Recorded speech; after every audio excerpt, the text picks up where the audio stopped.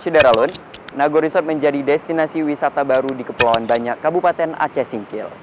Berjarak 15 menit dari pusat kecamatan Pulau Banyak Barat, pulau berukuran mini dipenuhi dengan pohon kelapak siap memanjakan mata Anda. Berikut cuplikannya untuk Anda. Nago Resort, destinasi wisata baru di gugusan Kepulauan Banyak, Kabupaten Aceh Singkil.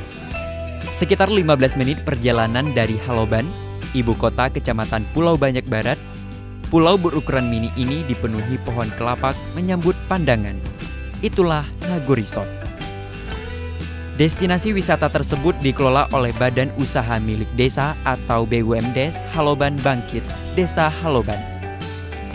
Di sudut pulau terdapat bukit kecil, tempat asik untuk bersuah foto. Warga menyebutnya Bukit Naga, merupakan arti dari Nago Resort.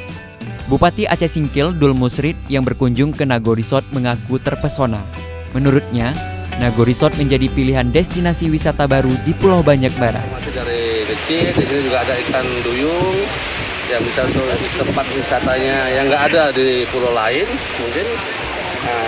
Tempatnya sangat bagus, ada tempat yang bisa berjemur, mandi di pantai, bisa tempat dingin, ada hutannya, ada tempat-tempat berlindung. Dari Aceh Singkil, Dede Rosadi, Serambi On TV.